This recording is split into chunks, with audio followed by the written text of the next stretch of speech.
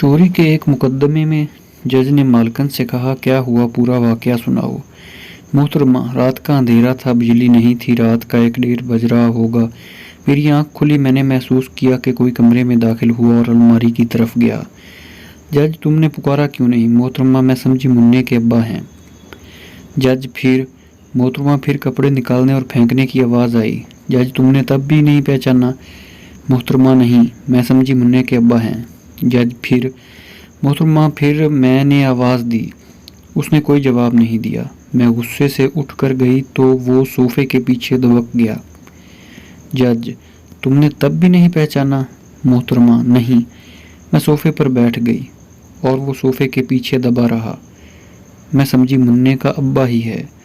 جج چلایا اور پوچھا، آخر تمہیں کب پتہ چلا کہ وہ منّے کا ابا نہیں ہے؟